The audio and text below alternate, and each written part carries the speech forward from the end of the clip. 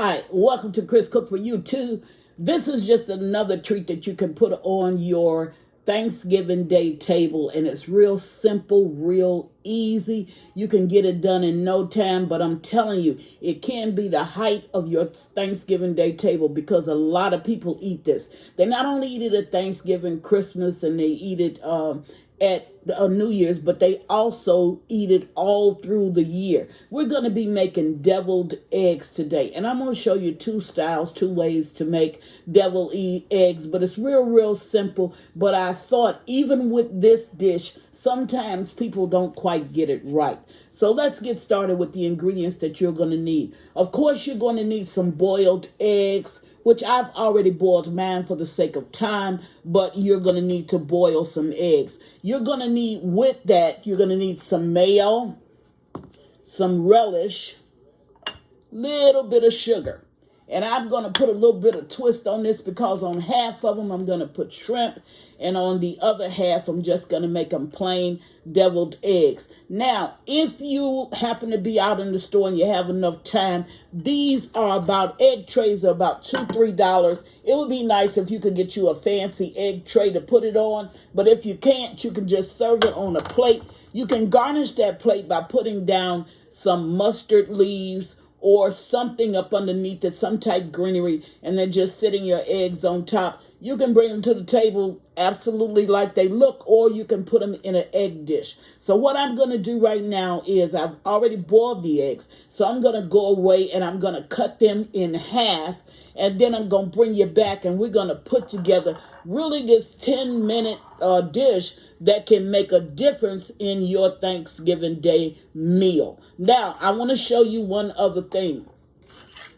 This is actually, it's a cheese cutter, but you can use so many different tools that you have in your kitchen for different things. And today we're going to be using this just to put a fancy design down on our egg. So I'm going to take one of these eggs and I'm going to go ahead and I'm going to cut it. Okay, look at that.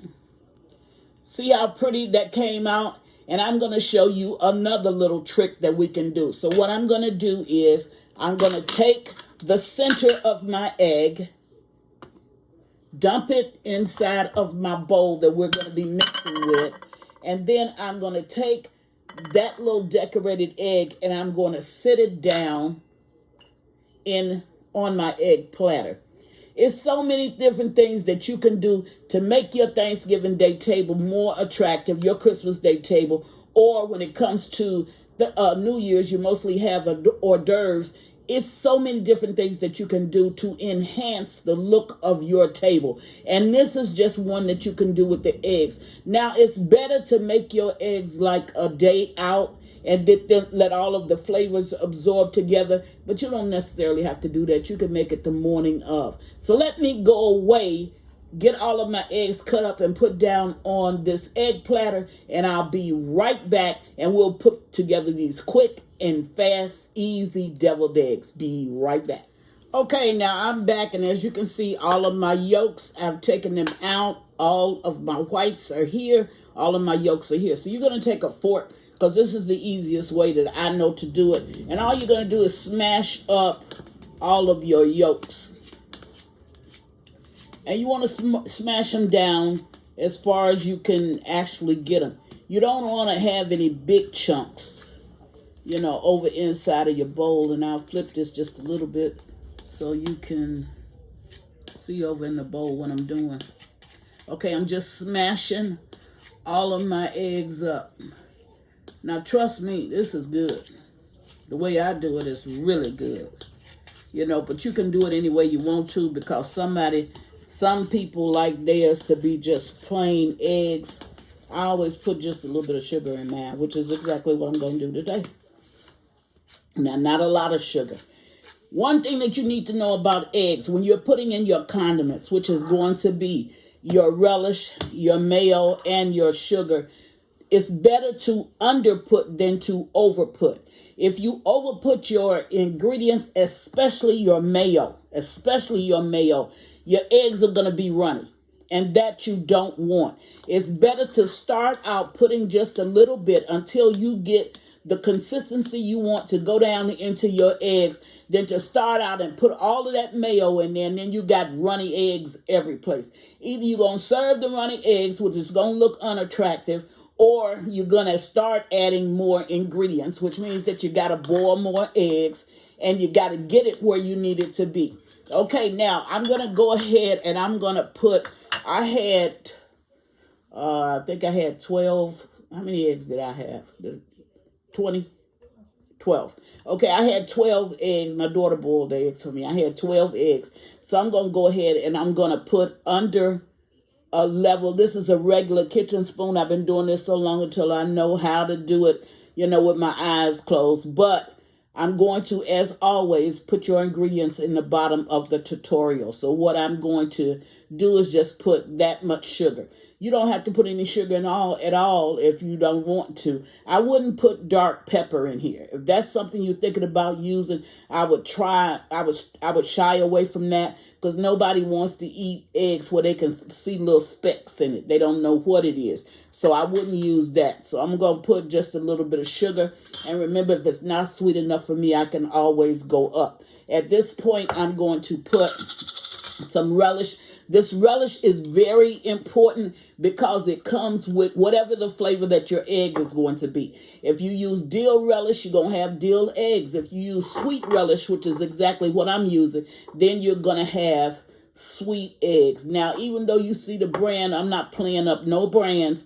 The only thing I'm doing, get your relish how you get it. I'm not doing here for that. I'm just letting you know that relish goes in it. So I'm going to use about a tablespoon and a half of that. Like I said, you can always go up by putting less in it. You can never, ever go down without having to use more ingredients. Okay, so in here, now I'm going to go ahead. I'm using my fork down there. I'm going to start out, because I have 12 eggs, that's 12 yolks. I'm going to start out with a heaping tablespoon full of mayo. That's all I'm going to use in the beginning. Okay? Now, as you can see, and as I know, that's not going to be enough. But like I told you, go up. Don't start putting all them ingredients in there, and then when you get through, you got a running mess. Okay. Now, I'm going to need to put just a little bit more. I'll probably put a half of a tablespoonful in there this time. Now, as you can see, this is mixed up good. I can mix it up better if I took longer to mix, but I'm not going to take that long. Like I said, I know how to do this. Done it for so long, I know what I'm looking for. But you don't, so you can really kind of learn a little something right here. Okay, so I'm going to go ahead. I'm going to take it up a little bit. I'm going to put a half a tablespoon more. Remember, I got 12 egg yolks.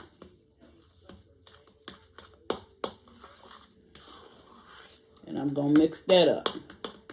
And you want to make sure if you got any lumps of mayo, you want to make sure that you get it in.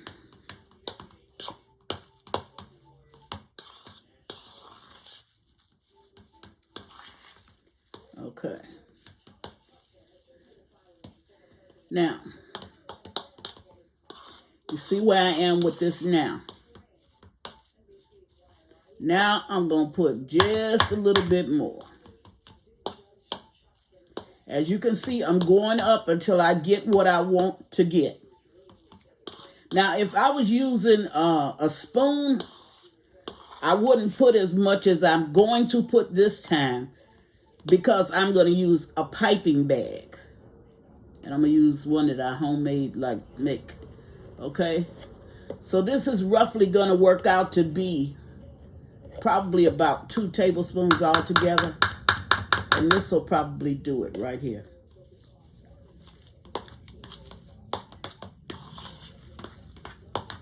Now this is not mashed potato type.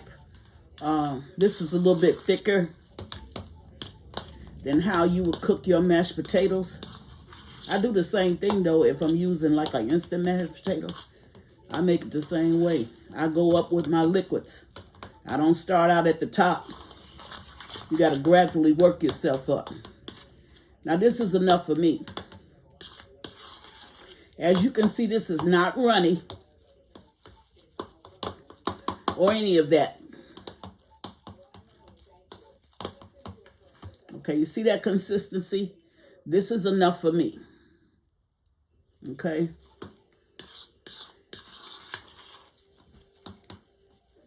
All righty.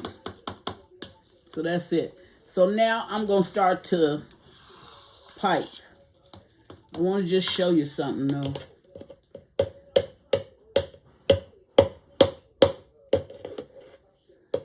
Now, I don't have enough on that spoon to worry about it. So when you see me put this down here, don't say she added some more. Because no, she didn't. That little bit that's on the spoon don't really even make a difference. Now, I no longer need my fork. And now, I'm working with my spoon.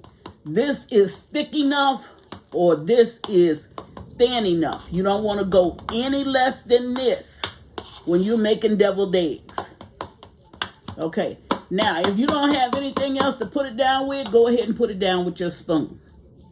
That's fine. But it's at this point that you're going to taste.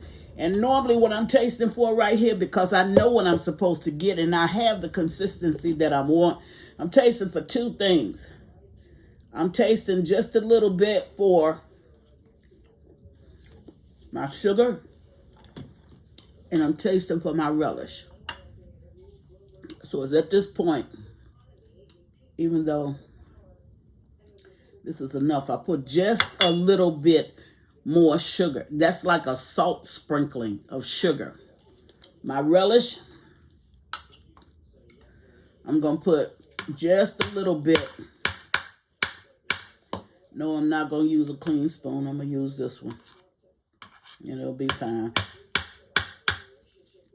Sometimes people send me notes about some of the weirdest stuff.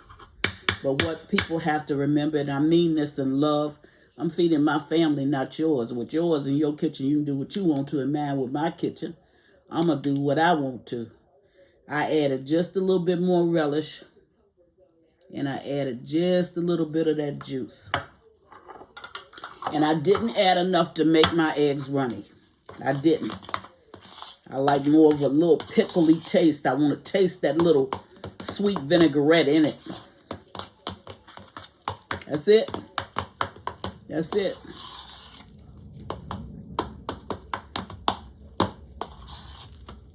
Okay. So now what I'm going to do is, I'm going to first show you a trick if I can remember where I put the, I can't. Okay, let me get another plastic bag. I'm going to show you something.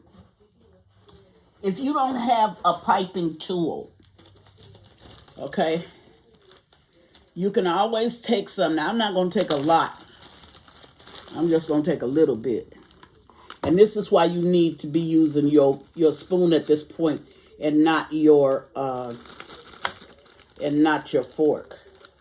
Okay? So I'm going to take this. See the corner of that bag? I'm going to take it and I'm going to cut it.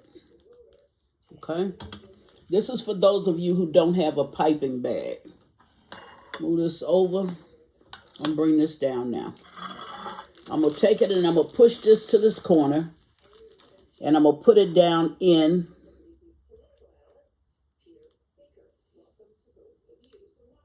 Okay. Now you can do this with this. I'm not going to do it with this because I got a piping bag. But I'm just showing you how you can still get this job done. So you don't have to go out and buy it.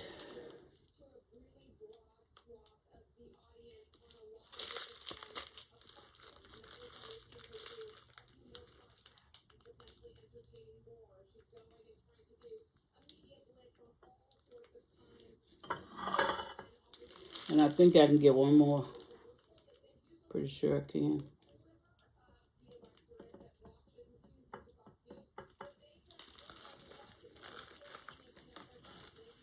One thing about being a cook, you get to taste before everybody else do.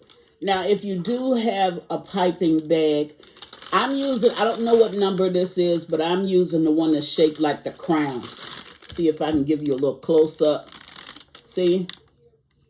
It's shaped like the crown. Why am I using this one? Because I have relish in these eggs. And if you use any other crown other than one that, well, if you use any other tip other than one that will let all of your ingredients out at one time, you're going to run into a problem because the relish is not going to go through that. So you want to make sure that you get the right one. And it doesn't matter which one, you know, I'm not telling you which one to use. It's just the crown is easier to use. And you can, what you can do with the crown is you can, open this up. Okay, you can use, you can get more out. Okay, I should have put it all in there, but I didn't. Okay, so now I'm going to use the crown and I'm going to finish this.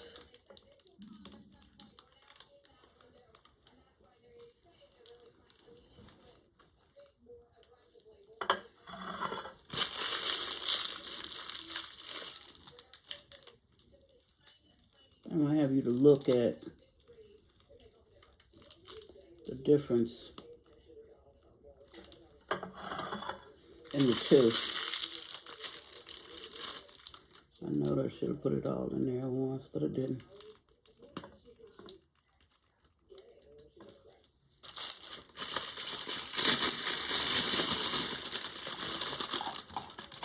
Now you see I didn't overput.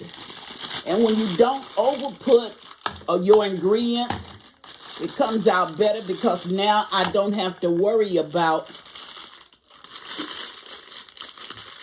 oh my God, these are running all over every place. Oh my God, I got to find some more ingredients. No, I don't have to do that. Okay.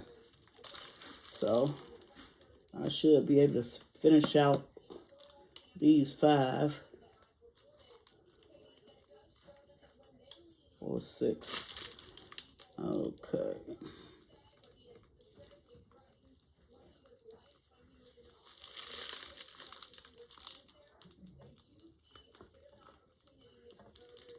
Okay. Put that there because I'm done. Now I'm going to show you this. The difference in the two. These are the ones here that I did because I didn't have a piping bag. These are the ones that I did because I did. And you see, these look better than those look. And it's better to, you know, buy the materials that you need or the tools that you need when you're working in your kitchen because you're going to be working in that kitchen a long time. I'm talking about some years. So you might as well have what you need. So we're going to go one step further with this because what I'm going to do is I'm going to add some shrimp down. And this is just a little bit of cooked shrimp. And I'm thinking about putting them on the ones that really don't look so great. There. But I really want to, let me go every other. Now this is just something else to put on your Thanksgiving, Christmas, or New Year's Day table that are going to make your guests also happy. Now what happens here is that, go here, because my egg mixture, my deviled egg mixture is so thick, that's the reason why I can get my shrimp to stand up. If this was not thick, I couldn't do that. It wouldn't stand up. Okay, I'm going to go one more. Go right here. Now you can put, the eggs is going to be probably the cheapest thing on your table. So what you can do is you can make a tray with eggs because some people can't eat seafood. And then you can make a tray without eggs. Maybe I should just go ahead and do one side since I got all this shrimp, huh? Okay. I'll take your word for it. Now this was a little bit of money. Really, you can get a cocktail shrimp as $1.99 a bag. You can get a dozen. Now, eggs have gone up. I'm not saying that they haven't, but you can get you a dozen of eggs. A dozen of eggs, which is 12 eggs, is going to make 24 deviled eggs. So that's more than enough. But trust me, people will eat up eggs. They pass by, and every time they pass by an egg, they want to grab an egg. And then to make it even just a little bit more spruced up, now I'm using this big one, and I don't know how it's going to come out. We're going to drop down some paprika.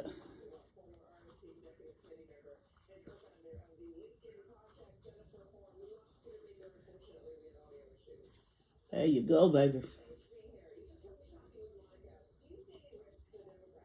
I got it all. Okay. Yeah, let me put one more, I think, right here. Now, how does that look going down on your Thanksgiving Day table, on your Christmas table, and when you have your New Year's Eve, probably your New Year's Eve party? Sit this down on the table. Just have a ton of deviled eggs with shrimp on it, because if you're going to have people that like spirits, they're going to be eating those eggs and drinking those spirits. If you're just going to have a regular party, it's still a nice thing to put down, and that will complement any Thanksgiving table, I guarantee you. But not only will it complement the Thanksgiving table, people are going to be talking about who made those deviled eggs, because they are really good. This is cheap, inexpensive. Put it on your table. It's going to help your table to look very, very classy, and your guests are truly going to enjoy it. So that's what Chris is making today. She's making deviled eggs with and without shrimp. I hope some of these ideas you are able to use. We're moving into the Thanksgiving holiday, and I'm going to post as much as I can to help your table be spectacular. And as always, thank you for watching Chris Cook for You Too. Bye.